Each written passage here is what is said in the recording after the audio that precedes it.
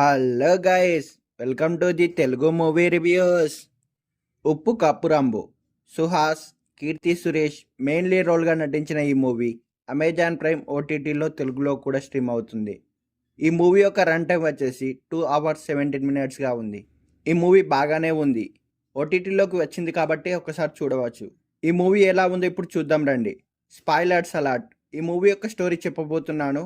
ఈ వీడియోను స్కిప్ చేయకుండా చూడండి. రానా గారి వాయిస్తో స్టార్ట్ అయ్యే ఈ మూవీ సుమారు 300 ఏళ్ల చరిత్ర ఉన్న చిట్టి జయపురం అనే గ్రామానికి పెద్దగా సుబ్బరాజు అలియాస్ శుభలేఖ సుధాకర్ ఉంటారు. అయితే ఆయన మరణించడంతో అతని కుమార్తె అయిన అపూర్వ అలియాస్ కీర్తి సురేష్ గ్రామ పెద్దగా కొనసాగుతుంది. వయసులో ఆమె చిన్నపిల్ల కావడం వల్ల అపూర్వ గ్రామ పెద్ద ఏంటి అంటూ భద్రయ్య అలియాస్ బాబుమోహన్, మధు అలియాస్ శత్రు తీవ్రంగా వ్యతిరేకిస్తారు. అయితే అక్కడ వారిద్దరు కూడా ఒకరిపై మరొకరు ఆధిపత్యం కోసం పోరాడుతూనే అపూర్వను ఇబ్బంది పెట్టాలని చూస్తారు. అలా వారు 2 వర్గాలుగా విడిపోయి ఆమెను ఇబ్బంది పెట్టే ప్రయత్నం చేస్తారు. ఇది ఇలా ఉండగా గ్రామ పెద్దగా ఉన్న అపూర్వకు ఒక సమస్య వచ్చి పడుతుంది. గ్రామంలో ఎవరు మరణించినా వారి ఆచారం ప్రకారం ఉత్తరాన మాత్రమే పాతి పెట్టడం ఆనవాయితీగా మారుతుంది. చాలా ఏళ్ల నుంచి వారు అదే సాంప్రదాయాన్ని కొనసాగిస్తున్నారు. దీంతో ఆ శ్మశానం నిండిపోయిందని అక్కడ కాపరిగా ఉండే చిన్న అలియాస్ సుహాస్ తెలుపుతాడు.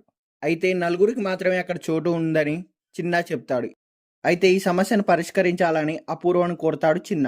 గ్రామసభ ఏర్పాటు చేసి ఆ నలుగురికి లాటరీ పద్ధతి ద్వారా అపూర్వ ఎంపిక చేస్తుంది. అయితే సడన్గా జరిగిన ప్రమాదంలో ఒకరోజు మరో నలుగురు మరణిస్తారు. తప్పనిసరి పరిస్థితిలో వారిని అక్కడ పాతిపెట్టక శ్మశానం హౌస్ఫుల్ అని బోర్డు పెట్టేస్తారు. అయితే ఆ శ్మశానంలో ఇంకొకరికి చోటు ఉంటుంది. ఆ విషయాన్ని ఎవరికి చెప్పకుండా చిన్న దాచిపెడతాడు. అలా చిన్న ఎందుకు చేశాడు? గ్రామానికి తూర్పు దిక్కున మాత్రమే శ్మశానం ఎందుకు ఉండాలని నిర్ణయించారు? శ్మశాన కాపరిగా ఉన్న చిన్న చేసిన మోసం వల్ల అపూర్వకు ఎదురైన చిక్కులు ఏంటి?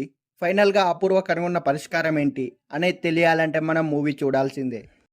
90s కాలం నాటి ప్రజలు శ్మశానంలో 6 అడుగుల స్థలం కోసం ఎలాంటి ఇబ్బందులు పడ్డారో చిత్ర దర్శకుడు మనకు కళ్ళకు కట్టినట్లు వివరించాడు. ఆ రోజులకు తగ్గట్టుగా పాత్రలను డిజైన్ చేసుకోవడమే కాకుండా కథను కూడా అనుగుణంగా రాసుకున్నాడు. అయితే మూవీలో పెద్ద బిగ్గెస్ట్ పాయింట్ ఏంటిదంటే కీర్తి సురేష్ గారి యాక్టింగ్. తన పాత్ర మేరకు బాగా నటించింది.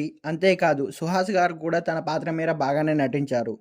ఈ మూవీ ఓటీటీలోనే ఉంది కాబట్టి ఒకసారి చూడవచ్చు. ఎంటర్టైన్ చేస్తుంది. కొద్దిగా యూనిక్ పాయింటే, చూడొచ్చు.